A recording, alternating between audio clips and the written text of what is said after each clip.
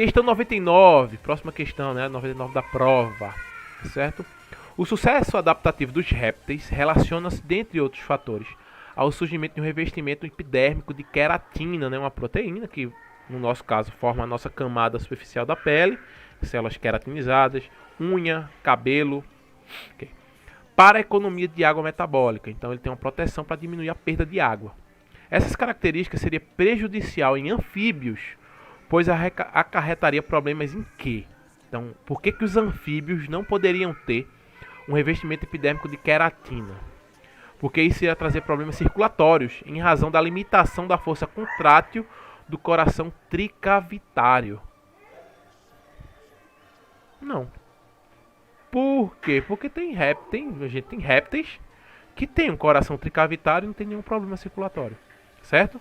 Os anfíbios, na fase larval, ele tem um coração bicavitário, tem duas cavidades, um átrio e um ventrículo, assim como os peixes, tá certo? Quando chegam na fase adulta, o coração ganha mais um átrio, fica dois átrios e um ventrículo, tá certo? Os anfíbios são meio que um registro vivo da evolução do sistema circulatório, né?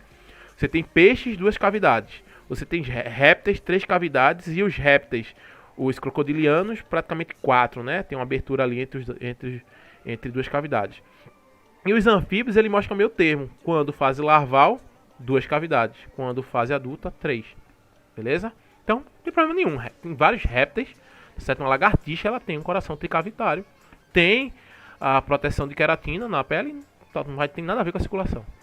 Excretórios, em razão da incapacidade renal de processar níveis elevados de urina. Não. O sapo faz xixi. E eles têm eles processam muito bem a urina. Tá certo? Tanto na fase larval quanto na fase adulta. Não vai atrapalhar em nada na excreção, tá certo? Ter queratina na pele ou uma camada grossa de queratina.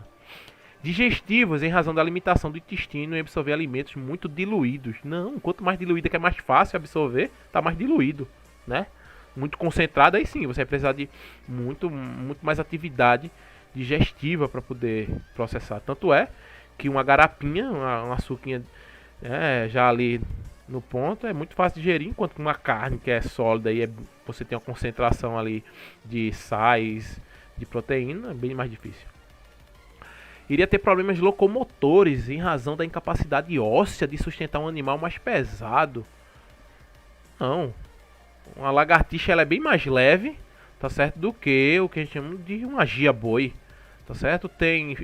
Existem répteis que são minúsculos, tá certo, em comparação com um sapo cururu. Ou seja, eles possuem sim uma estrutura esquelética que suporta um peso adicional de uma estrutura queratinosa mais rígida, maior no seu corpo. Não ia acarretar em problema locomotor nenhum. E eu acho que meio tava óbvio, né? E iria ter problema respiratório. Por quê? Porque os anfíbios, eles têm uma pequena capacidade nos seus pulmões, tá certo? Tanto é que o pulmão dos anfíbios, ele necessita de um movimento extra, é como se os anfíbios ele engolissem o ar. Aquela papada do sapo aqui, ó, que ele fica... Você olhar um sapo, parece que ele tá movimentando o papo, ele tá engolindo, ele faz aquele movimento porque ele tá engolindo o ar, ele tem que forçar a entrada do ar, tá certo? Por quê? Porque a capacidade pulmonar dele é baixa e por causa disso ele precisa de uma respiração extra, que é a respiração cutânea. Então você tem que ter uma pele bem fininha, úmida, para que além da respiração pulmonar, a respiração cutânea ajude na troca de gases, na entrada de oxigênio e na saída de gás carbônico. Se os anfíbios tivessem uma pele, se você pudesse com a manopla do Thanos, dar um estralo e fazer com que os anfíbios tivessem agora a pele de um réptil, você ia matar todos os anfíbios do planeta. Por quê? Porque ia acabar a respiração cutânea dos anfíbios e eles não iam conseguir trocar gases por causa dessa camada agora grossa de queratina, que é igual a dos répteis. Os répteis, assim como aves e mamíferos, eles já têm agora, tá certo, músculos que vão ajudar na respiração, como o diafragma, tá certo? Então agora você já tem os mamíferos, né? Você já tem os músculos intercostais. Então você já tem, se você olhar para uma lagartixa, você vê que agora o tórax dela é que está inflando e diminuindo, subindo e descendo, inflando. Um sapo não, é aqui, ó. Como se ele tivesse engolindo o ar, ele força o ar a entrar, ele tem que estar fazendo isso. Imagina que saco deve ser um sapo, né?